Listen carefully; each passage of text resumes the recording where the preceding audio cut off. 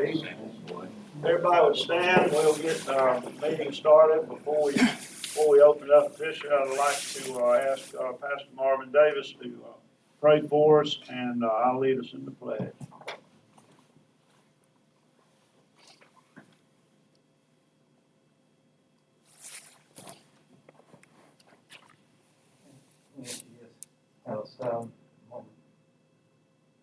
Most heavenly, most gracious God, we just want to say thank you for this day. Thank you for our life, our health, and our strength. And we want to just thank you for this gathering to come to discuss your business, the city business, and the people business. And we ask you, Father, right now to give us leading and guidance.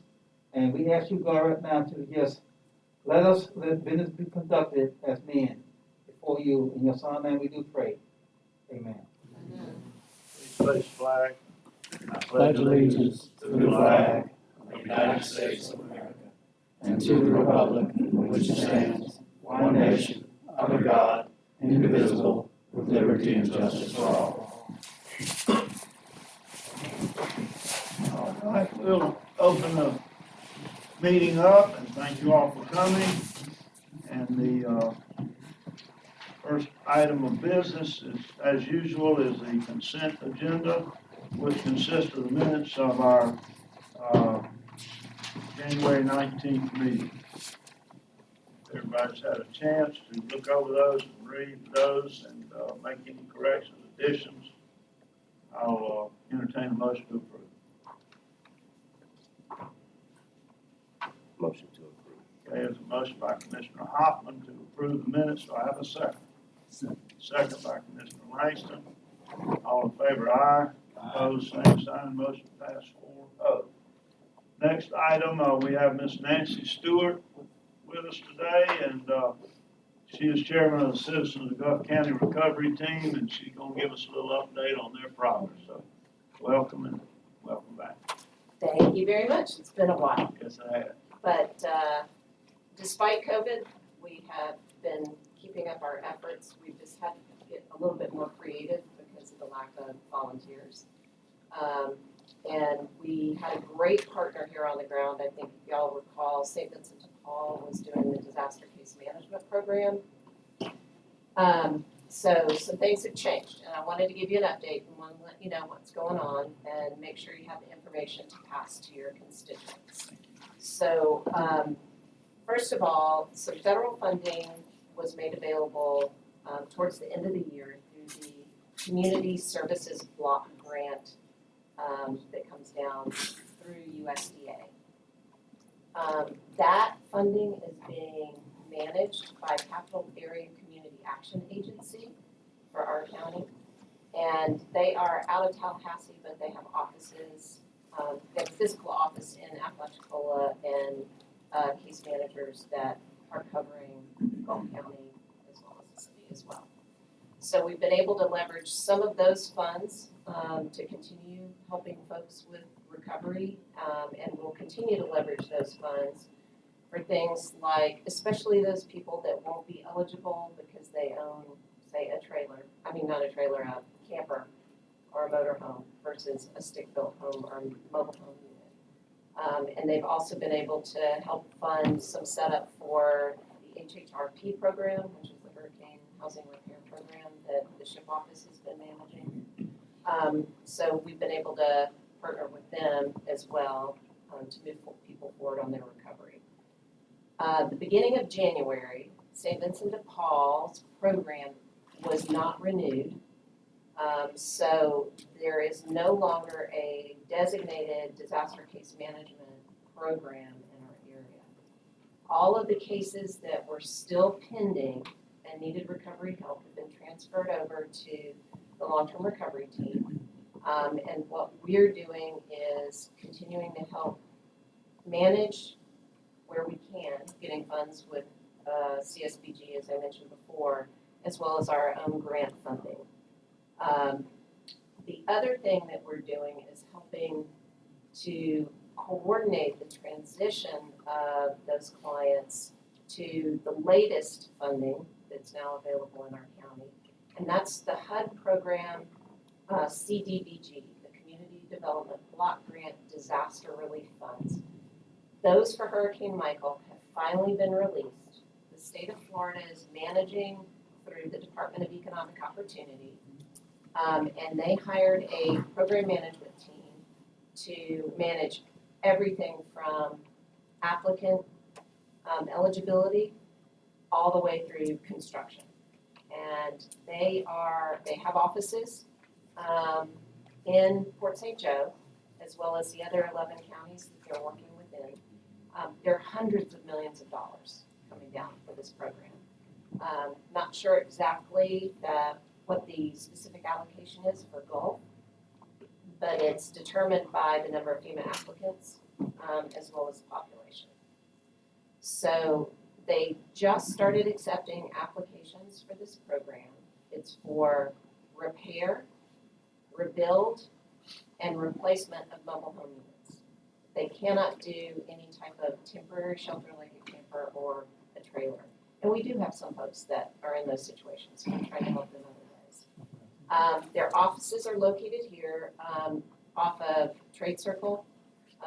It's 109 Trade Circle Way, otherwise known as, where Sherwin-Williams is, right? So, down the road from there. And people can apply in person, they can apply online or through a phone app. And they're making the process as painless as possible. The eligibility requirements will be very similar.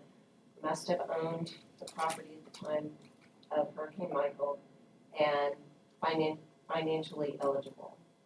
They're working with very low to moderate income folks, and I think the program is going to be really excellent to get the remaining folks help that need it that we didn't have funds to cover.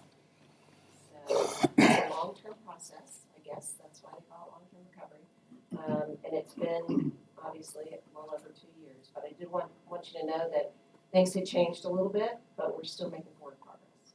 And we are trying to stay kind of as the hub of information and make sure nobody falls through the crack. If your constituents or any of your friends or family need help, they can still call us at our office, or they can go online and call the Rebuild Florida program directly. And that's what it's called. I'm going to leave some information for y'all, and happy to send the website over as well. So, any questions? I have one. Yeah. Did I hear you say that the HUD grant that they just released is for mobile home owners only, or is it homes and mobile homes? Homes and mobile homes. Okay. For a stick frame house, they'll do repairs and rebuilds, total Right. rebuilds. For mobile homes, they'll do repairs, or if it's deemed to be over a certain amount of repair cost, then they'll totally replace the mobile home. Thank you. How many folks on your committee? Thanks. In terms of staffing or the board? Board. The board. Yeah. So there are 9 individuals on the board.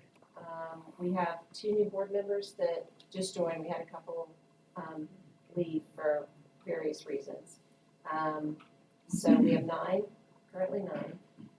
We are the board, I'm the executive director, so I don't sit on the board. But the board's entertaining adding 2 additional members to the board. So if anybody's interested, you can contact myself or Loretta Costa, who's the chair.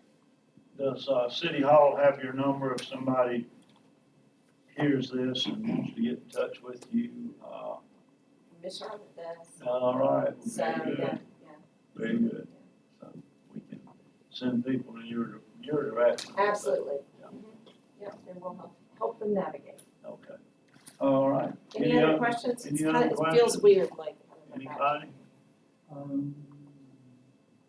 I got, Okay, go ahead. okay. Can I speak from back here? Yeah, go ahead. Okay. Oh, well, I have information that I got from when I was at school yesterday on this program that you're talking about. And in Port St. Joe, they say the point of contact, they didn't give a person's name, but the address is 109 Trade Circle West, Suite 1. That's her. That's who's that? That is Rebuild Florida. Oh, okay. That is the program. Okay. Yeah, that I was That's talking the about. program, I got it right here. Excellent. So, Good. yes, they're talking about that program. You can, and you can call the number, you can call the call center to make an appointment, or you can just drop by. So, Well, thank you, Ms. Nancy, and thanks for having us. come back anytime and keep us updated if we can help you. Let us know. Excellent, thank you. All right, thank you. All right, next item, we're gonna skip ahead a little bit and let Mr. Josh come up with the city engineers. I have a supervisor of elections here, is there any way we can? Yeah, all right, hold on just a minute, Josh, we got one, I'm sorry, John. Oh, all right, thank you for reminding me, sir. All right, next item, we're going to the agenda is the city attorney. Couple things on the agenda today, Mayor. As you guys are aware, last meeting, the board approved for the first reading and to have advertised, ordinance number 580, which is basically, putting on the ballot a referendum extending the mayor and the commissioner's terms from 2 years to 4 years. We are still, in discussion aspects of, ordinance number 579, which, is qualifying for election via petition as opposed to the fee. And in reference to that, the possibility of moving the election to November or possibly earlier, and I wanted to bring John in to answer any questions that you may have with regards to that. And if we do want to move the election, it would have to be by referendum as well as the election set forth in May is in the charter. Okay, John, if you wouldn't mind, come up to Mike, we can get you on camera also. And as the city attorney said, we've had a few sit downs. I understand y'all wanted to make some changes on your election. And I'm coming out here just to answer any questions you have about logistically, what to expect from that, expense wise. I'm here for you. Okay, and today, Clint, we're talking strictly about the qualifying fee, or we're talking about the 4-year, 2-year also? We're not talking about the 2-year, 4-year. Yeah, That's already going forward. If we have a contested election in our next election, that referendum is going on the ballot. Right. If you guys pass it, next election. So Okay. what we're talking about today is candidates qualifying via petition as opposed to the qualifying fee. The ordinance the draft ordinance that I have requires 10% of the registered voters in the previous election, which as of right now would be roughly 250, 260 signatures that would need to be obtained. Right. And we've also had discussions about the possibility of moving our election. And that's the main thing that I think we kind of need to ask John about in this particular setting here. What would be the benefits of that? What would be the pros of it, the cons of it, when we should do it? And also in conjunction with the petition, there's a feeling that there may be more people running, which is going to cause there to be runoff elections, which could cause the moving of the election to some more different variables. Okay, all right. I'm gonna pull this mask off. So Well, yes, fine, you're 6 feet. Mayor, I got several questions. If you Good want me to deal, kick go off. for it, good Uh, deal. First one's actually for you, Mr. Attorney. You said it's a percent of current, or percent of voters from the last election, registered voters. Doesn't really specify that in the ordinance. Do we need to tighten that up to where it says the number? I mean, is it at the time they turn in their position? Because I mean, the number of registered voters could grow by 100 from last election to this election. It's not specified, is all I'm saying. Good. I think that's a good catch there. Sure. And I should add Registered that in. voters at the time of petition. Well, I can volunteer this. On the state level, we do have the petition process in place. And it's the percentage of the previous book closing of the previous general election. So that's So keep it the same. if y'all wanted to draw it up like that, it could be the book closing of your previous election, and that number would be like that. Sure. And my opinion, Mayor, is keep it as close to how the state's doing it, so we don't have any confusion. That way, if we don't know something, we can just go back to state statute and say that works. Exactly. That's great, and that's just a simple addition onto that process. Thank you. My next question is, when can you start collecting? Is there anything that covers that in state statute? If so, then we probably don't need to address it, but do we need to address in this ordinance when you can start collecting petition signatures? There actually is, because the way that you're, and again, I'm not an attorney, and I've told y'all before, a municipality is a very different beast. What you address in your charter, election-wise, that supersedes like the Florida election laws. Anything you do not address, Florida election laws apply. In Florida election law, the petition process is that you have the petition process on Wednesday to Wednesday, noon to noon, and it ends 28 days prior to the first day of qualifying. In your charter, you have a very specific qualifying period. So, in my opinion, you would need to amend that a little bit to address, because this is what you're going to be looking at. In your charter, all of your qualifying papers are filed during that qualifying period. To do a petition process, we'll have to have a petition process before your qualifying period, but the charter will need to be amended, and I don't know if that needs to be a referendum or a simple vote, but the DSDE-9, the appointment of campaign treasurer and designation of campaign depository, has to be filed prior to the beginning of collection of petitions. Currently, as y'all was Before you collect petitions or before the no, candidate? but before candidate collects petitions, because there is an expense to verify petitions. And so you have to have that filed with my office to show, you don't have to have the campaign account open, but you have to have that filed, because any petition that you have must have a date on the date that you filed that or after, because there is a fee and it has to come out of your campaign account. So, in my opinion, and listen, we can do anything y'all want to do. I mean, whatever y'all decide, we'll make it work.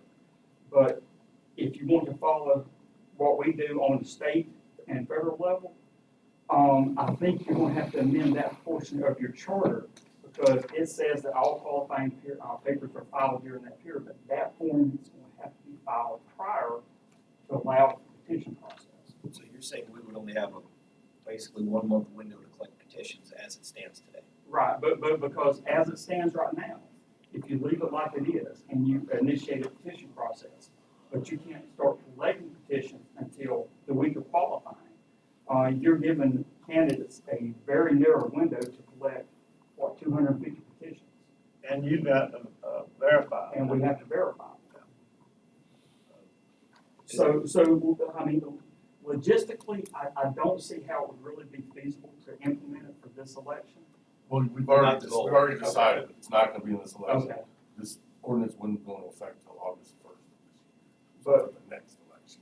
But I do think there's some things that you're gonna have to address on your side to be able to put some of these things in place that y'all are looking at. So, Meaning we're gonna need to move the election to be able to squeeze in more time to get signatures. So take the election back. Or make the qualifying period earlier? Exactly. I do believe ideally, because the way the election is set right now is such a tight window that we can't account for a runoff, but y'all had to do it by resolution, because originally it was like 2 weeks, logistically impossible to do in today's environment. Y'all gave me 4 weeks and we pull it off, but it's by the skin of our teeth. But that does not take into account if we have to have a recount to proceed with that. And we have to factor that in. So I do think that the election date should be moved backwards. If y'all want to move it to the general, that's fine. Or if you want to leave the election date like it is, move forward the qualifying period. Give people more time to do everything.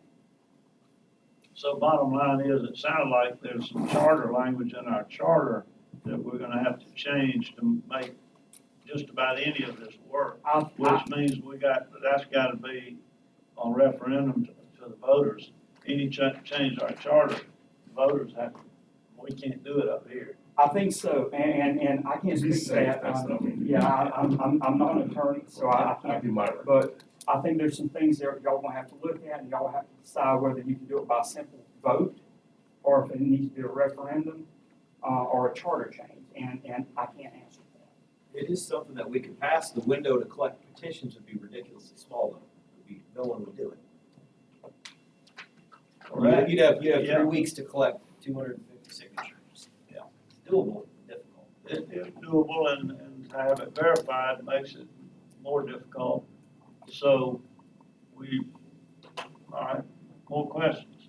I think we need to reflect on why we're having this discussion.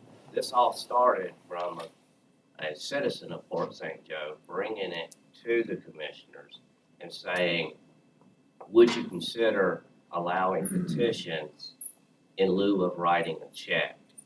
And in my mind, that means that we're encouraging more people to be involved in their own politics. So I support that idea. I support the petitions. But if we're gonna do it, I think we should do it correctly. And that's why we had asked you to come here and give us some guidance. And from what I'm hearing, we need to adjust or amend language in our own charter. So we can have the attorney start on that. And then we have to decide either to move the election back later in the year or up closer to January to give us more time.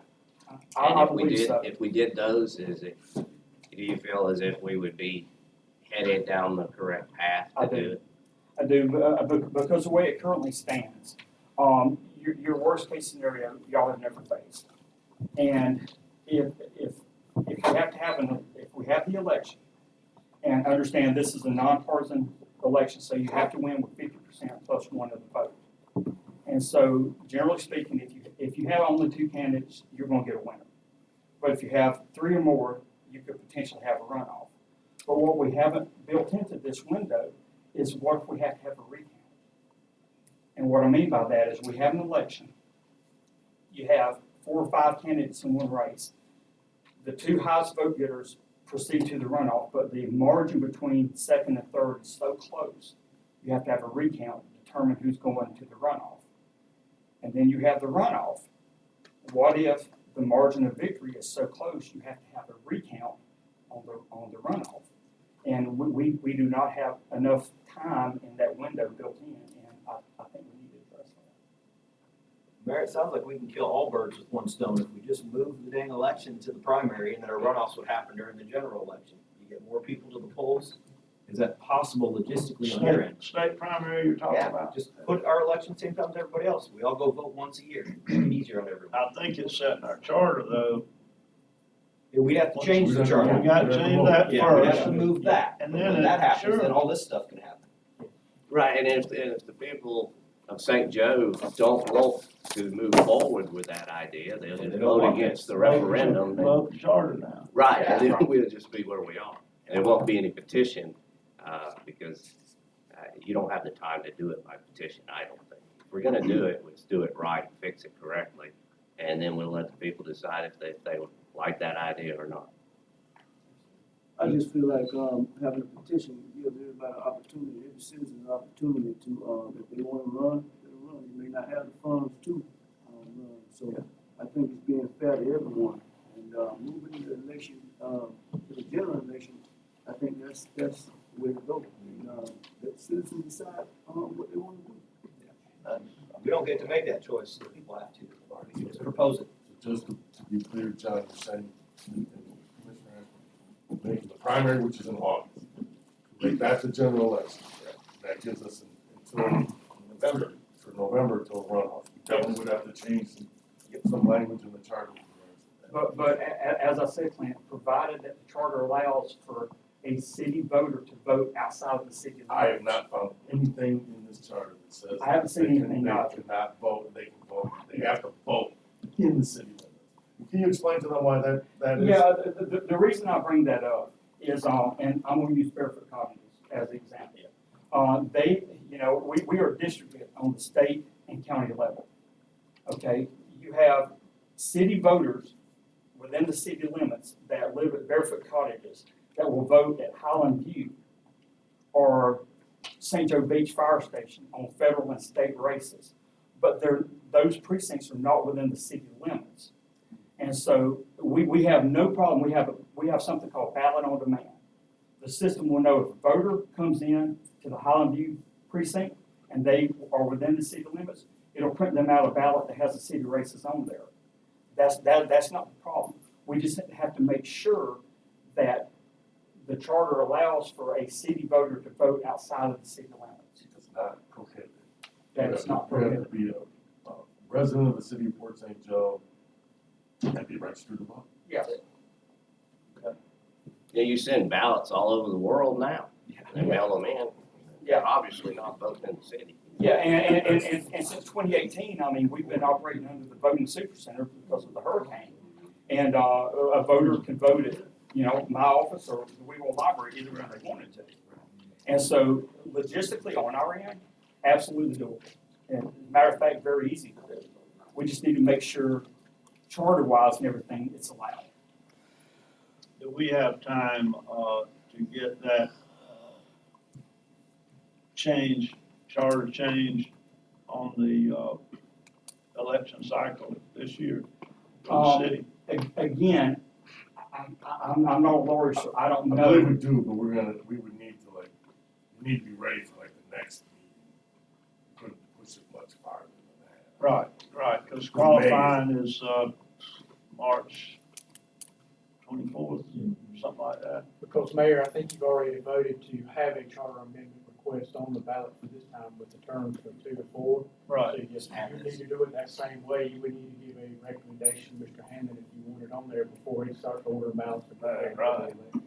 Yes. So what kind of time frame are we looking at? Well, I do need to ask you, I mean, what if none of the candidates have opposition and we do not have a candidate election? Goes to the next. Do you want to have a strictly referendum election? No, it's in the thing that they voted to have advertised. Yeah. It specifically states there has to be a contested election. Okay, I got before we put it on there.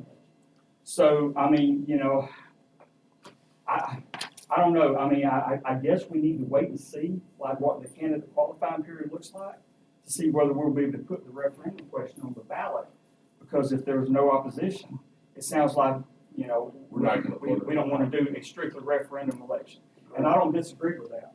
Yeah. Because a referendum election, voter turnout is, No one's gonna show. yes, Yeah, it's because just, I agree. and the expense of the election is exactly the same as if you had candidates on the ballot, and everything else. So, but again, that's in your purview, and if you want to do just a referendum election, we'll do it. No, I don't think we do. State specifically, language. All right.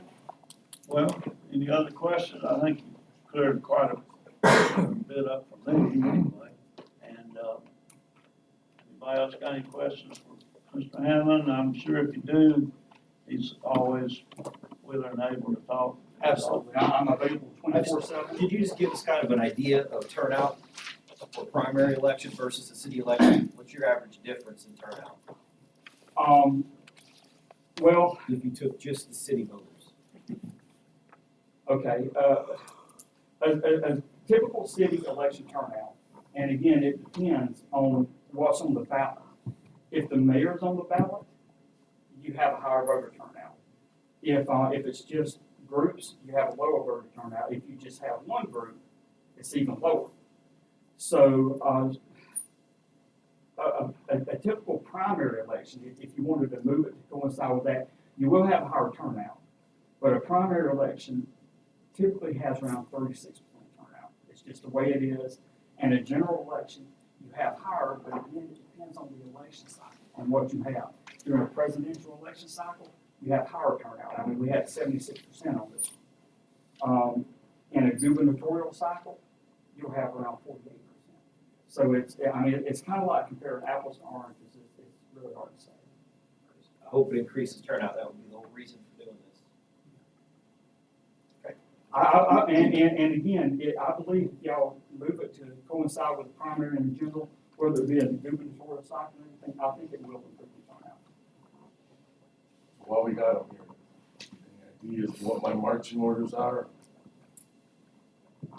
Well, I think we got gotta look at that charter and see what changed and what kind of language we gotta put it on the ballot if we have it this year. If we don't, that language will be ready for the next year. Does it feel like, Mayor, that we're all on the same page about wanting to move it to primary and then general? If so, his marching orders should be to bring us back an ordinance sample, with some language. Stating that we wanna move it to, doing the petition aspect of it. Right. And there's a couple changes I need to make to that. But then looking into and drafting the ordinance to put on the ballot for referendum, moving our election from May to August.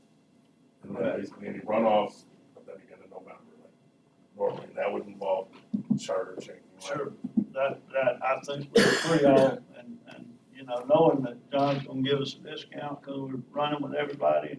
So, I guess the last question, We Al- save money. Always a cost. We can save money. Mayor, logistically, if it happens to be that either, you know, the first set of commissioners are up or the second set are up, they're gonna be delayed their election, you know, a good 6 months. Well, Does that have to be addressed as That's the well? one thing that I wanted to say, it is when we implement this, When? You're gonna extend somebody's term. somebody's term is gonna Gonna get be extended. Extended by 6 months, yeah.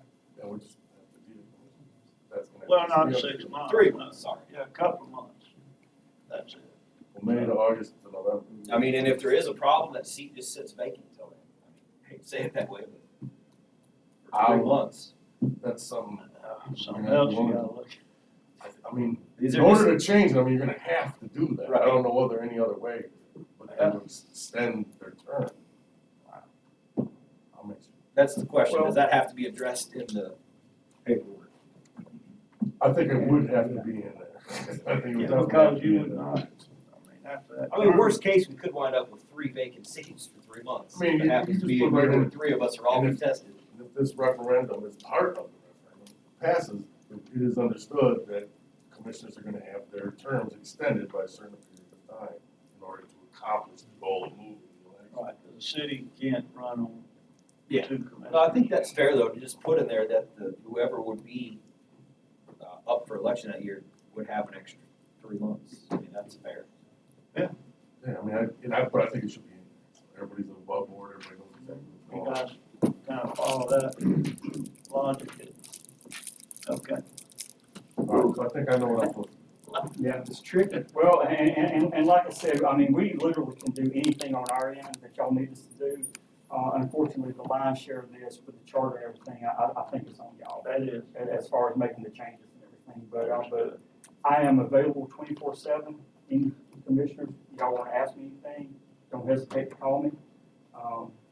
I'm sure I will have many more sit downs with the city attorney. Yeah. But whatever y'all decide to do, we'll make it. Just every little change, then you have 3 other changes that have to go into place in order to make this change possible.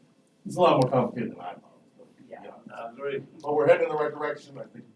Yeah. We all got a clear picture of what's going on and what I need to do. Yes, sir. Yeah. John, thank you for coming. I appreciate it. Thank you very much. Yep. Thanks a lot. Thank you, Mr. Hannah. All right. Moving right along, Mr. Attorney, you got, I have one other thing, I believe, on the agenda, and it's circling back to what we discussed last meeting about the damaged fire hydrant on Long Avenue.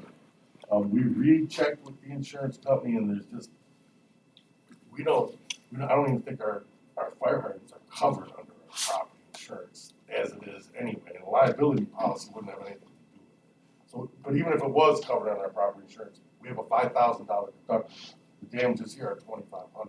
The insurance company's not gonna, there's nothing for them to do. So the answer to the question is, it's a small claims case. I think the filing fee is $200. It'd be $50 to get them served. Do you want me to go after and try and collect this money?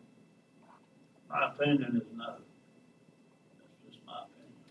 Well, That's, you guys just got, unfortunately, it's gonna be a cost of doing business, and, just unless we, I can guarantee I can get a judgment. I can't necessarily guarantee I'm gonna collect it. I can't do that. Yeah. But so that's basically. right, I'm fine with no. Yeah, because if you do that, then you send the precedence of all kind of things, just opening up can of worms, you know. any damage to any city property, we'll have to start going after people to collect our money, so It's just a loss. I think so. I'm fine either way. You guys are the boss. I hate it, but I just don't wanna go after a citizen, for $2,500. I mean, if it was 25,000, it'd be something different, I think, but $2,500. Mr. Ashbrook, go ahead, make your opinion. I guess my question to y'all is, if they were to run into your house and cause $2,500 worth of damage, would you go after it? Thank you very much. That's my only question. I mean, it isn't our money to just say give it away. I mean, it sucks. I don't want to do it, but it isn't our money either. I see where you're all coming from, and the chances are, like he said, you're not gonna collect it. Yeah. I mean, if the consensus is that we're not gonna be able to collect it, then I'm on board. I don't officially know, I mean, I haven't It's done, hard to I tell. haven't done a deep dive into the man's assets or anything like that. I don't, I'm fine with either, Mayor. I mean, And it's gonna a be, crappy I mean, situation. we'll have other cases, everything will have to be case by case. I'm sorry to say that's just the way it's gonna have to be, even though we're running a business and we're losing $2,500. I think it's an exercise in futility to go after it. And my concern is, based on what little bit of knowledge I have on the incident, I don't know who it was, don't even really know what block it was on. Just to say, yes, go after this person for $2,500, I would want to know a lot of the details, because if it was someone, an elderly person, or a father or mother, and their kids are being rowdy in the back, they turn around and oops, they run into, that's one case. Or if it's somebody drunk, in the middle of the night, drunk, riding around, tearing up people's yard, then that's another case. it wasn't that, it was just a basic car accident. Yeah. And, Then, This gentleman was deemed to be at fault. yeah, then I'm fine with saying no to going after the Just funds. a basic negligence case. Yeah. All right, let's You move won't, on. no alcohol, no drugs, no nothing like that. All right, anything else? That's it for me. All right, Mr. Josh, we'll get you going here. We won't talk too much. Y'all, Good. just a quick update today, we got a short list, stormwater master plan, the master map and draft report have been submitted to Northwest Florida for their review. So we don't know what the timeline is on that, but the expectation is that they take this document, review the draft report, give us comments back, and then we schedule a conference call to go through the entire report, as well as the recommended projects within it. So right now, we're just waiting on comments back from Northwest Florida and the path forward.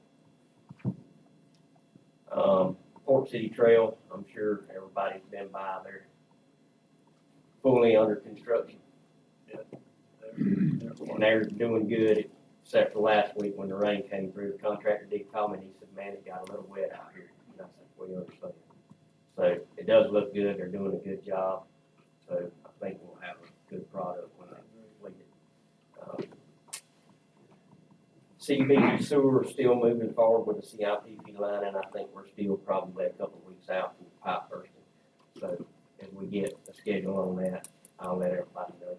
Just remind them to notify the neighbors. They are, and then that was, we had that conversation, and Philip did follow up with them, and he made sure that they communicate before we start on the section, so they'll keep that protocol. Long Avenue and First Street, Jim and I talked. Still waiting to hear back from the state revolving fund, DEP arm, to give us permission to go out and bid. We've been asking weekly, and Mr. Jones is prepared to put the docs out there to us as soon as we get through. Ready on our end. The NRCS project is also out for bid, that's for debris removal, chicken house dredge, and I think it's the 17th Street, 19th Street ditch. So in 20 days or so, we should have some bid results on that and move forward with that, get those cleaned out. I think that covers everything on our list. I had something, the FDOT sent an email, they need a closeout on the SCOP grant from engineering certification form. I sent that email to you today. I think we closed it out a while back, but I'll check it out again. Question for Josh, guys?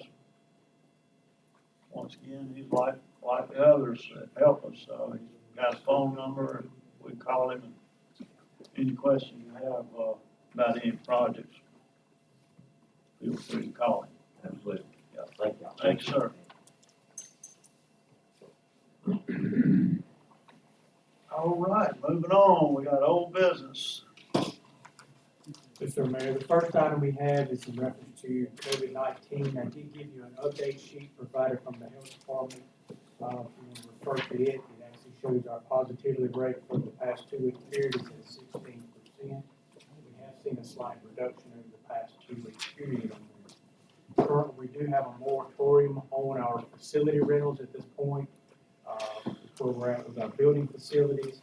And it actually asked Mayor what the cost would be if we offered a stipend to the employees for 4 hours of pay. If you offered 4 hours of pay to all your full-time and all your part-time, and they all took advantage of it, you're looking at approximately $6,000. That would be for 4 hours of pay for every. I think it's,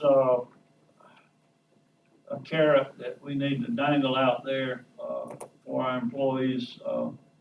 It's important, of course, to have a healthy workforce, and, their health is directly proportional to, productivity. So, they're not healthy. John, all you guys shorthanded. I'd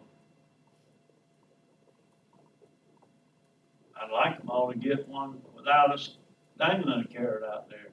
But if it's gonna take that, I'd like to see us spend the money to do it. Now, we don't mandate it, we just hope, being socially conscious and protecting their families and friends, is important, but it's really important to us to see that they get one. I'm willing to pay them, 4 hours. Be interested to see, how many of them take us up on it. I don't know if it'd be for religious reasons or just folks afraid of shots or what have you, and there's all of us are out there, under the same circumstances. But, I wanted to bring that up because I feel like it's important that everybody gets a shot, period. And, we need to have a healthy workforce. So, 5 or 6 years ago, we passed a proclamation ordinance, wasn't an ordinance, but whatever, I don't remember what we called it, but we give a full day's pay. I don't remember if any of you guys were here at that time, but for 4 different items on there, they get credit. Flu shot, physical, couple other things on there. Unfortunately, we probably didn't have 2 people out of our own workforce. You were one of them there. Yeah. You filled yours out. I did. You did yours. I get all those things, and I try to be a good example for everybody, but I just think it's important for our, it affects our insurance every year. You guys have been sitting here, every year we have to pay X number of dollars per employee because insurance rates go up. So, anyway, I'd like, hear conversation, comments, whatever.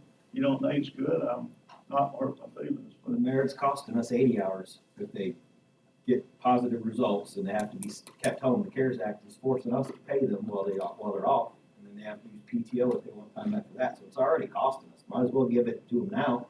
Well, that actually expired on the 31st of December. Is that gone now? Yeah, I know.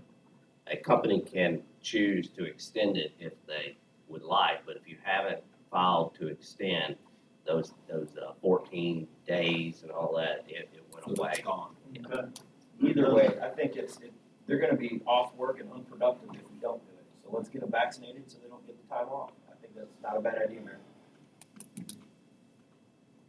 I'll put it out there. Let's see if you wanna do it.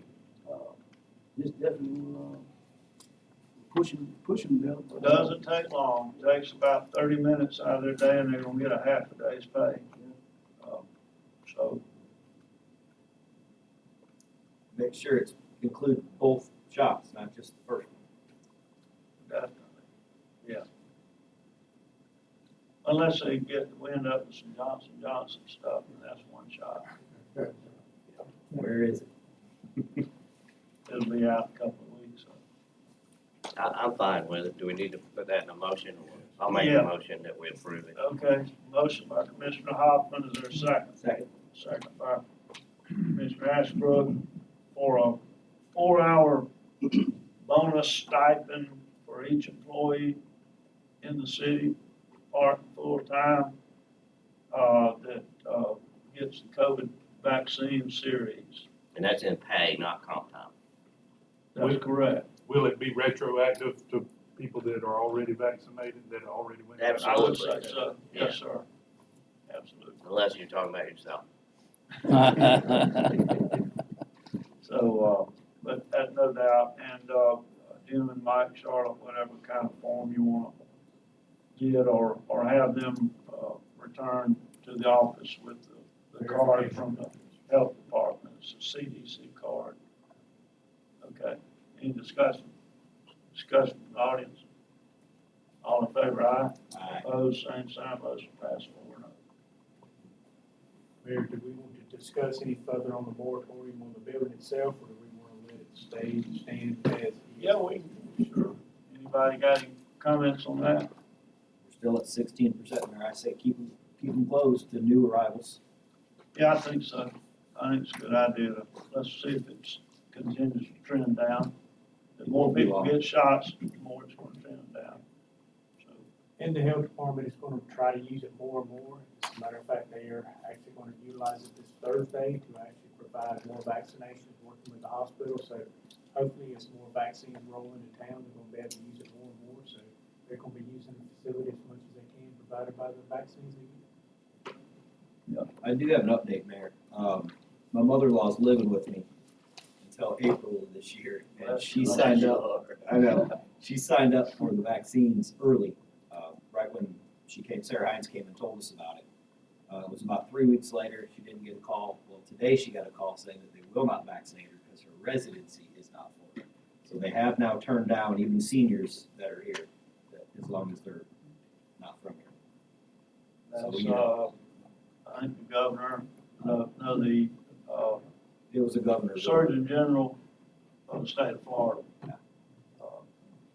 Closed it down to, except for winter residents, blah, blah, blah. So it's a big can of worms they opened up. I don't particularly like it, but we do need to take care of local folks and state folks, but I hope she get a shot. soon. Just for your information, she's in our community and unvaccinated. Yeah. Okay. Everybody good with, leaving our buildings closed for the time being, to see if things slow down a little bit? Okay. All righty. Mayor, on the new business, the first item is the naming of the Third Street Promenade. Mayor said we want to talk to you today about it. Yep, I, asked Jim to put that on the agenda last week for this week. Gentleman that, worked for, the Downtown Redevelopment Association for, probably as a volunteer for 20 years and a, executive director for longer than that. Many of the projects you see that are complete downtown were because of his hard work, and I think, everybody here today, know, Bill Kennedy passed away way too soon to see a lot of his work, completed. And, I think it's just a small token of, our appreciation for his work and volunteerism in that area. So I would like, us to name the Third Street Promenade, which is right off Ball where the palm trees are, leads to the lighthouse. So I'll open the floor for comments. You want to do that? Sure. I mean, I'll ask you the same things that you asked when we wanted to name the basketball courts, you know? Should it be a citizen-led initiative? I think that there's a big difference, and again, I'm not fully versed on the volunteerism, but I know what he did for the downtown redevelopment agency, you know, he was remunerated for it, he was paid for that. That's right. And so, I mean, I think that it needs further discussion. You know, we either do it because it's right and feels good, or we don't do it. You know, and I think that's across the board, not just for this individual instance. Yeah, I no doubt. I think, probably comparing a little apples and oranges in this case, you know, all due respects to the gentleman you wanted to name basketball coach. I mean, he's a great athlete, he scored a lot of points in basketball, but I think at the same time, that individual should be in the Washington High School Athletic Hall of Fame, along with quite a few other folks that were great athletes at that time at Washington High, as long as it was there.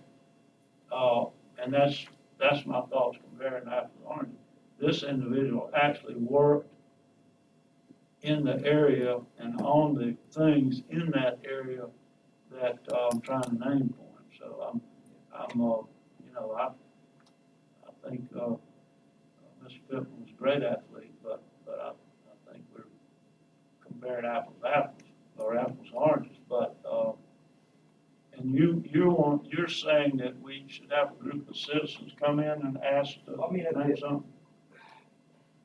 We've got a unique power to be able to do that. Name whatever we want to do, name something, as long as we vote for it. Yeah. It doesn't necessarily mean that it reflects the wants and needs of the community. I think, you know, they should ask for that. But I'm not saying that either, Mayor. All I'm saying is that let's be fair across the board. And if we do this, I'm willing to vote on it today as a package deal, and I'm fine if we recognize that whole team, not just one person. I'm fine with that. But I think it's unfair to do one and not the other. That's all I'm saying. I understand. I feel, I like Bill. He has a wonderful family, he's done a lot for, developing, redeveloping downtown and throughout the city. I feel, that what Amos Pittman did, it was something that has history, with Washington High. Yeah, we had a lot of great athletes to come through there, but he was one of the best. I mean, it doesn't matter how we feel about him, or if you don't like him, or anything like that right there. It's him being recognized as being probably the best. And me saying this, with my dad being David Langston, you know, probably the best basketball player to come out of the Northport St. Joe area. So I think, yeah, I would agree with naming the pavilion after Bill, but I also think that we need to look at deep into naming this thing after Amos Pittman and getting just being fair about it. That's all. I really don't think it's a issue of being fair, and we talked about this last meeting, that at some point in time, and it probably sooner than later, we need to adopt a criteria to name anything in the city after anybody. We've named a lot of things here since I've been on this board, and just because somebody brought it up, we thought it was a good idea. But I think we should have some written criteria for boards in the future, us as well as boards in the future, say, this is what we should do. There's a wide variety of why things are named. People have thrown themselves on grenades. People have been mayors. I mean, there's wide reasons for it being named. You know, my thoughts still are, you know, David Langston worked on bringing the community together. He worked on bringing young people up and stressing the importance of higher education. Benny Roberts worked tirelessly on 10th Street Park. Frank Pate, of course, what can you say, is mayor for 45 years. And that's kind of where I'm hanging my hat. I'm folks that were doing stuff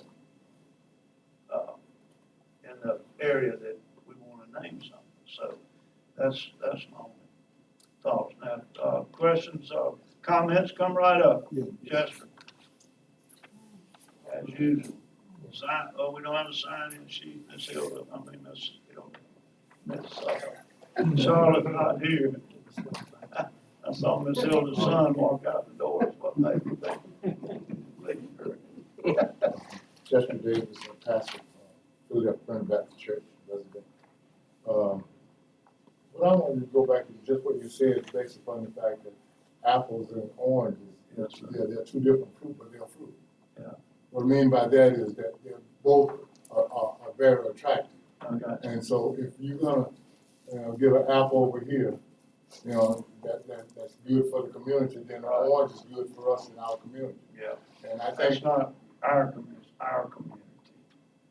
well, The whole city. I understand that we're being separated so long until I can't just get it out of my mind. It's hard, I agree with you, we're trying to get past that. I hope we do I sooner do or too, later. Chester. But based upon what, Commissioner Langston is saying, we definitely need that because our community needs healing.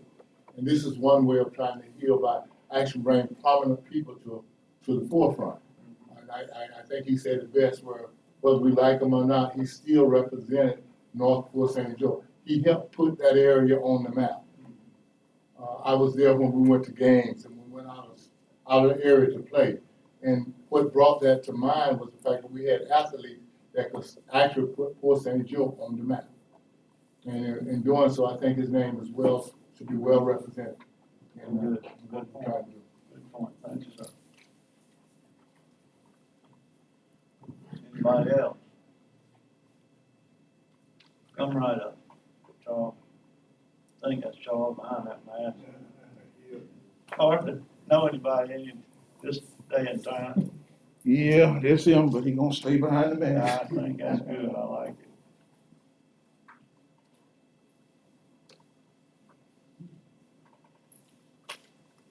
John Hill, True Holy Church.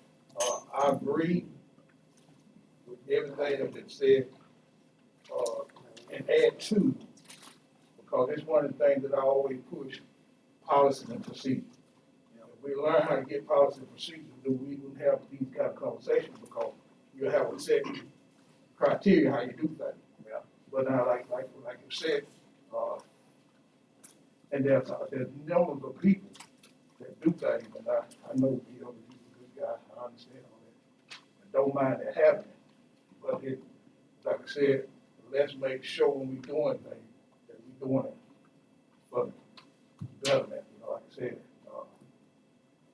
Because a lot of stuff that he did, he volunteered, some stuff he did, but he used to work too, down in this area, so. But I don't have a problem with you doing what you're doing, but I do say that, like Mr. Langston said, let's not make a decision on this person because who he is, if it's de-qualified looking into being recognized, then let's do that. Because like I said, Mr. Pittman have been forward in my eyesight. When I was in the youth, running the recreation center, he was concerned about young folks also. He came out a lot of times, showing them things while I was out there and different things. So, I think it would be great to do both of them. Thank you, Charles, appreciate it. All right, so where are we? So, Mr. Ashbrook, you mentioned a package deal, which would be what? I would say that's, and I'm okay with recognizing that team, that 8-year period in basketball history of North Port St. Joe, did put them on the map. I mean, we had some of the best basketball players in Florida. And so I would say that if we today want to name a pavilion after Bill, we could also name the basketball court after that team led by Amos Pittman. But furthermore, we need to probably, whether we do it today or not, put a moratorium on naming things until we come up with policies and procedures, because it is going to be a sticky wicket moving forward unless we have something in writing. Right. So what you're saying, there was a team, is there a year attached to that team, 3 years attached to that team? Chester could tell you what the years were, but it's an 8-year frame. 8 years? I believe it was 8 years. For 4 years. 4 years, 4 years. 4 years, okay. I go along with that. I have no problem with, naming it, after that team with Amos, led by Amos. Right, Pinckney. yeah. Right. All-time leading scorer or whatever. Yeah. And then, in that way too, you also recognizing Amos as the person that led this team. And you're also recognizing the group as a whole, as a team, And like I said, with Bill, I understand what Bill did, and I have no problem at all, voting to name anything after him, because I think, with him doing the volunteer work, and with him, I knew how hard he worked at things, so I have no problem with something after that. Mayor, I used to think that no individual wins, the team wins, but the Buccaneers are in the Super Bowl, and it's all because of Tom Brady. That's true. But Mayor, just interject, what that did, he sets the standard. Yeah. Someone that plays at that high level sets the standard. I'm For ready, others to I'm come ready up to to move them. on, make a motion. Mayor, I'll make a motion that we name the covered basketball courts in Peters Park, after the 4-year team led by Amos Pittman, as well as name the pavilion Promenade, Third Promenade Street area Promenade. after Bill Kennedy. Okay, I said, all right, second by Commissioner Langston. Discussion. Any further discussion? All in favor, say aye. Aye. Opposed, same sign, motion carried. Passed 4-0. Now, there needs to be another motion. Motion to put a moratorium on naming city properties after individuals until we can develop the systems and procedures to do so. Okay, second by Commissioner Langston. Any further discussion on that? All in favor, aye. Opposed, same sign, motion passed 4-0. So, Jim, if you would, get Ms. Charlotte or whoever to reach out to maybe some communities in the area and see if we can get a template of what they do.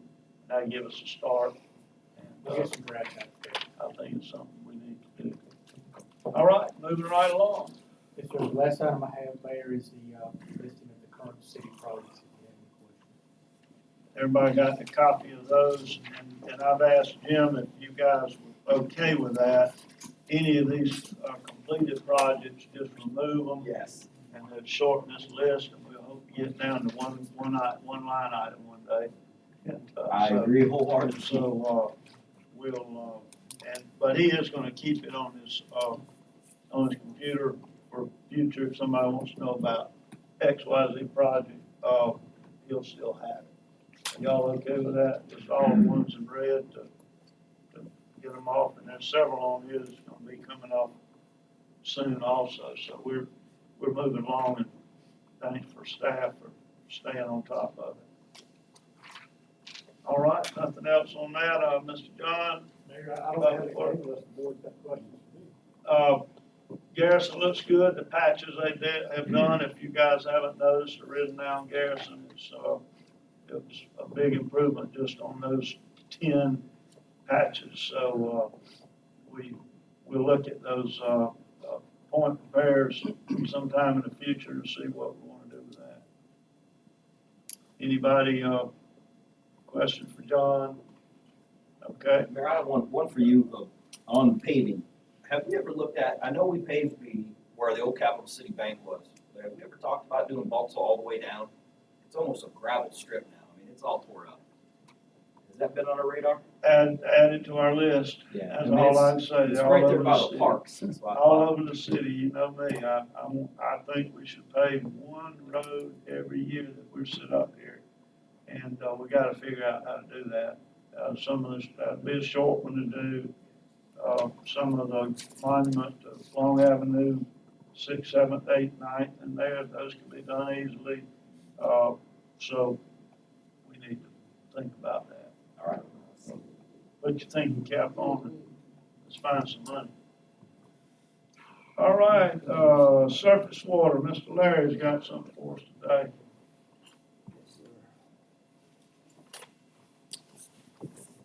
Thank you, Mayor. Yes, sir. Just a quick update of the current projects we have in the water plant. We do have done industrial on site right now. We're working on the clarifiers. So we got that project underway. Now, the filter modules, we ordered them and there's some kind of delay on them. They say it's gonna probably be March before we get them. But we have ordered them, just to let you know. Lastly, something I hope will be beneficial to the customers, my water system.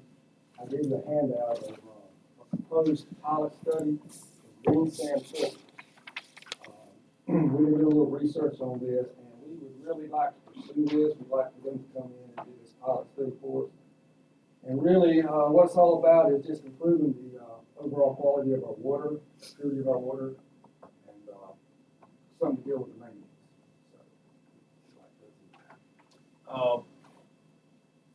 Would that help eliminate anything in our process? Anything else we got going on? Well, no, what I'm saying is the process we have for getting our water to the customer, chemicals, filters, everything, this is gonna just be another step in the process? Yes, it's another filtration system. Gotcha. That's what's going on. That's my question. But it's designed for one specific purpose, and that's earning money. So that's something I really want to pursue. That's been the only really thing we have out there right now that we fight every now and then is maintenance. Have been forever. Forever. Yeah. And it's time to do something about it. I like it. How does eliminating that, make the water better? Well, manganese is a metal, and it's that black stuff you see sometimes come out of the pipe. What happens is we get a lot of rain in the canal, it gets in the canal, and it's hard for us to fight with what we got. We're trying to oxidize it right now, and that just gets rid of a percentage of it. But these green sand filters are designed to get rid of it. So that's why we want to pursue it. Larry, are the standards becoming stricter to comply with? Not on this, no, not really. No. It's more of an aesthetic thing we're talking about right here. It's something custom, like our water pure, more filtered. So Larry, that opens up another question. 2,500 is for the study, Correct. and if it works okay, what's it gonna cost us to implement it? Well, we priced them and, it'd be like $750,000 for what we needed to plant. So first of all, we've got to prove that it works. No doubt. And if we can do that, then we'll pursue the funding for it. But first things first. Okay. You said 750,000. That's a rough estimate. That's what I thought you said. Okay. Is this something that Northwest Florida Water Management has funded in the past? Is this a possibility for a grant? Or Well, because it's just aesthetics, would they do that? Well, they helped us with the lime system. And, I'll leave that up to the people further up the chain than me. It comes out. They've got 700,000 that we gave them back last week. Yeah, right. True, we don't have it. We'll spend 50 if they'll give us our 700 back. Let us prove it first, that it works, and we'll come to you. All right. Thank you, Larry. Any other questions for Larry? So what's the study cost the city? Well, actually, it's 7,200 to actually bring the green sand filters in. Okay. And then Florida will water it for 2,500, they're going to oversee it. Okay, So, so we're up 10 grand, Yeah. roughly. So who's paying for that? Is it in your budget? Yes, it's in my budget, yes. Okay. Come right up, sir. We got a question. Sign in, please, sir, and state your name, Mr. Harris.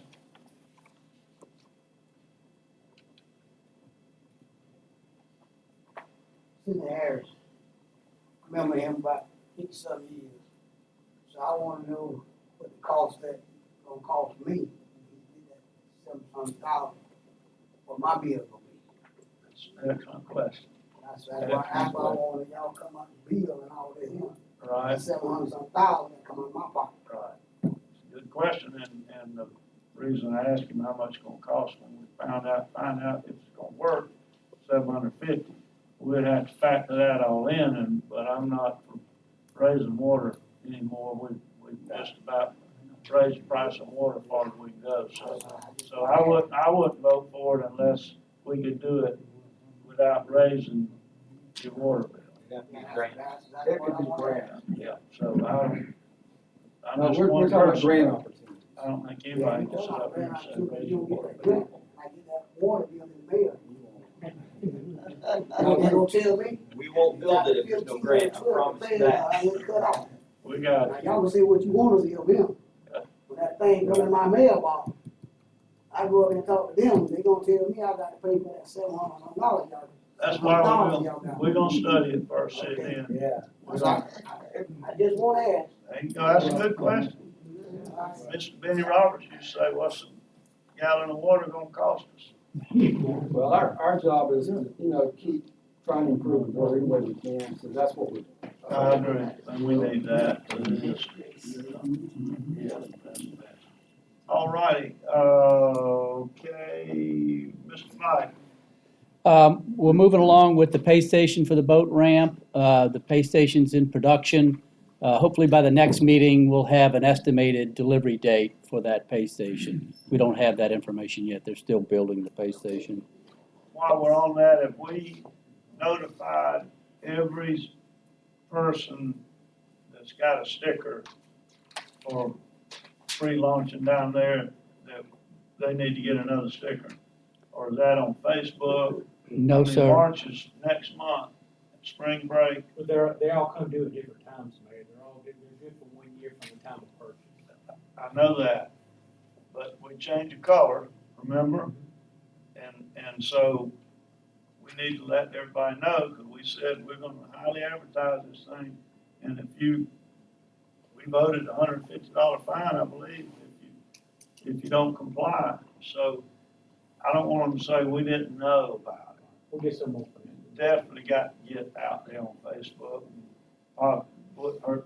Put something in the Star that we're working on improving it, but folks that are not Gulf County residents are gonna have to pay.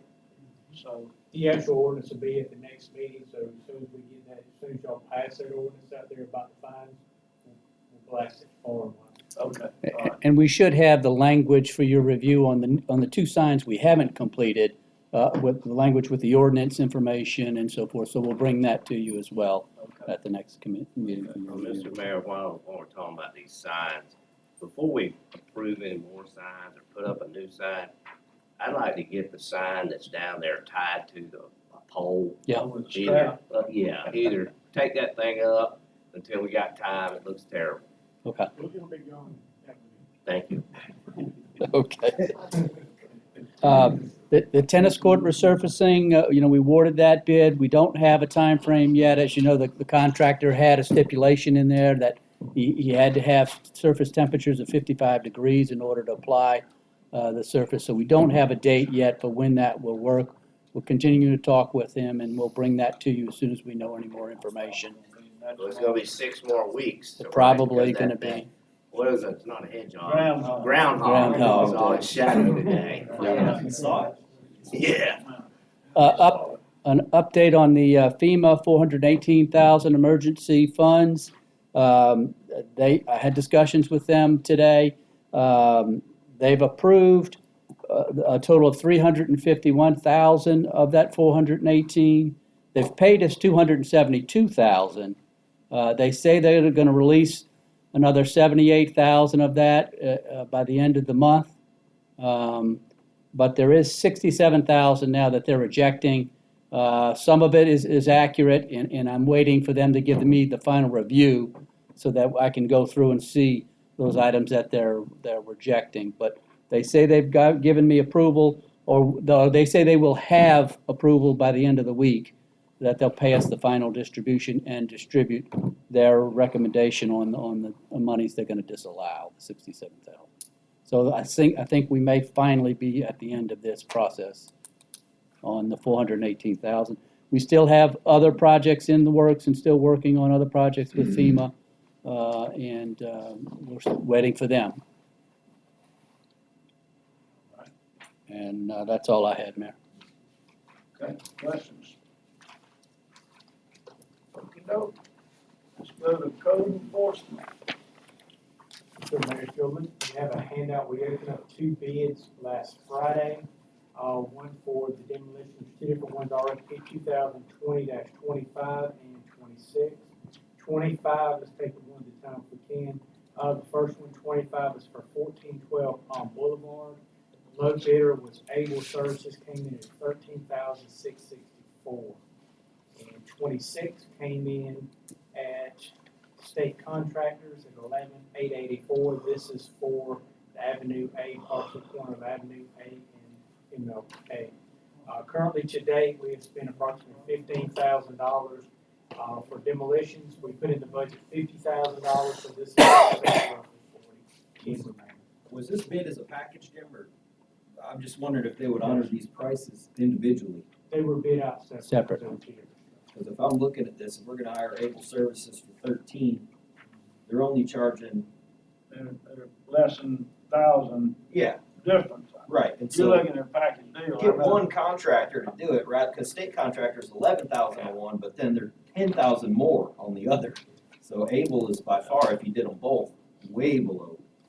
I don't think we can at this stage of the game. Can't do that now? Not now. You would hope that if you're bidding on two, you would have had one. It doesn't make sense to bring heavy equipment from two different companies. I agree. Anyway, entertain a motion for low bidder on RFP 2020-25. So moved. Second. You second, Commissioner Ashford made the motion. Discussion? Yes, discussion. I just a quick question, Jim.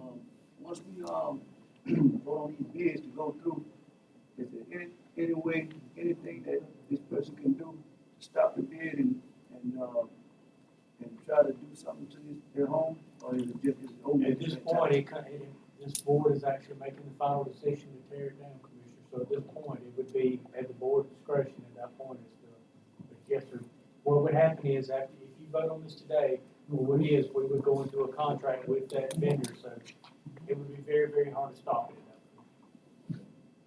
And what would happen is, once the demo's done, then we go down to the courthouse and file a lien against that property for these amounts, plus any other fees that were associated with those hearings. And, if they pay the lien and all the fees, the property is there, that's still that person's property, right? Yes. Okay, I just wanted to get that. That's still their property, so I foreclose on them. I need to go foreclose on them. We have one right now, starting to work on it. We can't close on it. I just wanted to get that out there so that people know that Not- because we not tear it losing your down, property. you're not taking your property from them. You still have opportunity to, pay the lien off and the fees, Sure. still have the property.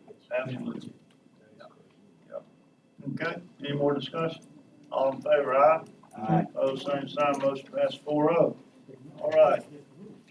RFP 2020-26, which is Avenue A parcel, and it looks like, state contractors got that low bid. Entertain a motion to approve it. So moved. A motion by, Commissioner Hoffman, is there a second? Second by Commissioner Langston. Any more discussion? All in favor, aye. Opposed, same sign, motion passed 4-0. So, moving along, get the city cleaned up. Looking good. Mayor, where does that put us in our budget for tear downs and code We enforcement? got 10 left. That's to it? tear down. You know it's February, right? That's what I said. Yep, Okay. yep. So, well, I hope some of them pay it off when we get the money back. We'll see how that goes. Okay, Chief. Just a quick update on just kind of the state of the department. I took over in October and I've kind of set on some things, just trying to feel my way through. I've never been a chief before, so just trying to get my feel.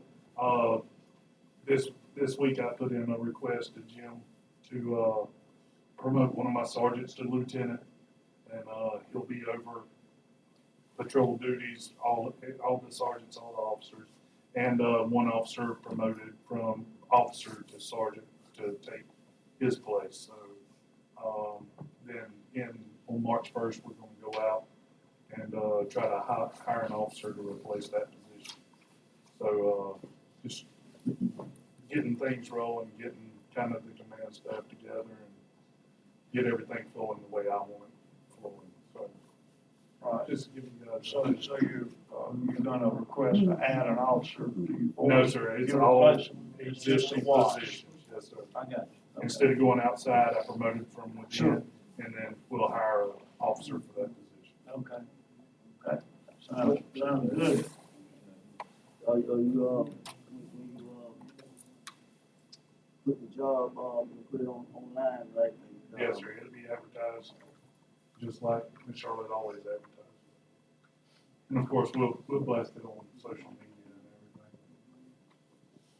Do you think if we can hire someone in the community? I know me and the chief talked the other day at length about, you hear me all the time saying to these department heads, fill the positions. We can't operate a city if we have vacancies. So I'm glad to hear we're gonna hire an additional officer. But he brought up a point the other day about when he sends out applications, people start calling, and one of the things they're gonna ask is, do we get a take-home car? And currently, what is our policy? You gotta be certain distance? I think I was the only, I don't think there really is a distance policy. I know, I live 18 miles outside the city, and kind of, I think Chief Barnes got special permission because I was a K-9 at the time. Then after I was a K-9, I become a supervisor. So I was potential to be called out at all times. A lot of places, as you know, have had to open up how far they're allowing that, just because I can't afford to hire an officer for $15, $60 an hour and him come buy a place in St. Joe right now, because a house is about $280,000 in St. Joe, and you sure can't find a place to rent right now. Right, and that's the very reason I think we have to start broadening our thoughts on, you may have the top-notch candidate that lives in Panama City, and it may be a young male or female that's eager to respond and eager to come here at any event or festival and work overtime and all that, but you say no to that candidate because we don't want to give them that car. So I want to just start, and I'm just asking the other commissioners and the mayor to start thinking about that. So if you do have candidates that you might think, well, I don't think I can hire them, don't mark them off the list until we at least start looking at what we need to do to entice the right candidate for that position. Mr. Hoffman, to answer your question, we did a couple of years ago, because we had some that were wanting to move way outside the county. What we've set in place right now is in county, is what we currently have. Right, and see, that's all well and good, but it's that way because it was easy. And I told Jake, when I worked with the state, it was easy for the state to say, oh, we're just gonna make a circle on this map, and they refer to it as the crow flies. Well, we had a person that was living in Howard's Creek, working for the state, wanted to move to a nicer place, cheaper place, and the state said, well, no, you can't do it. So he showed them the map and said, so you're telling me I can live in Apalachicola and drive all the way over here, because there ain't two bridges across that bridge, Bristol and Appalachia. So that in-county thing was an easy fix, but we've got to broaden our train of thought, and that might not really apply in today's time, because you don't want someone living all the way over in St. Mark's because they're in that circle that was easy to draw around in the map. So don't, I'm just asking you, Chief, when you start looking at candidates, don't think that, we're gonna hold you to that. If it's in county now, I would support being outside of county. Because when you think about in county, what if somebody lived in Mexico Beach? That's Bay County. So everybody in Mexico Beach, we wouldn't even have one of our patrol people who we have now. She came from there. Downtown Appalachia ain't but 20 miles. Right. So let's be prepared to at least allow you to hire the people we need hired. Well, Commissioner Hoffman, I'm not opposed to just giving the chief, I mean, every handbook always has a little bit of language that says, or, up to your supervisor. And that, to me, that's his call. I mean, I'm fine with whatever he decides. We hired him to make those decisions. Yeah. It'd be quicker response for somebody in Mexico Beach who's not eligible today Then somebody in Stone Mill to drive all the way down here, you know. Good point. Anything else, Chief? That's her. Thank you, sir. Ms. Charlotte's got a sick situation today, so she's not here. You have anything for her? Just a couple items, Mayor. One item requested was the grants update, so we provided that for your review. And also, she has provided a city election timeline, as was referred to earlier, with specific dates for our upcoming election. On the grants update, I talked to Jim this morning about that also. It's very similar to our projects update. Any of these that are completed on this grants update, just eliminate them. And then he'll keep them on file if anybody ever has a question about any of them, but it'll narrow this down. Some of the ones in red, I kinda like to leave on there because, really for political reasons. If you ever see one of our representatives or senators, you can ask them why in the world we haven't been approved for any of these requests in the state for a while. So, if you don't ask, never will know. Okay. Anything else? Okay. Citizens to be heard. Anybody in the audience like to come forward that hasn't come forward? All righty.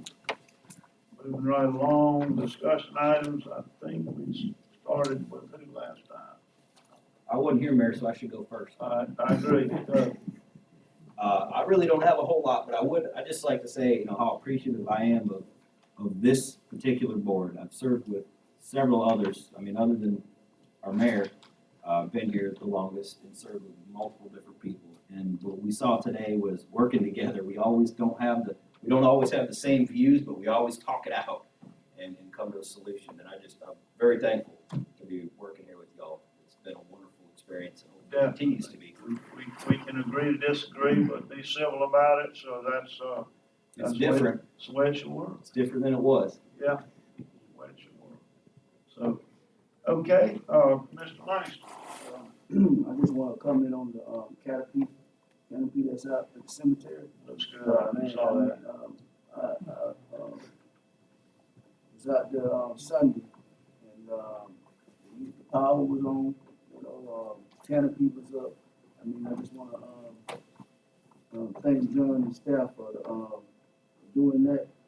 And also, the pavilion behind Washington High School, I think, I talked to Jim, and it should be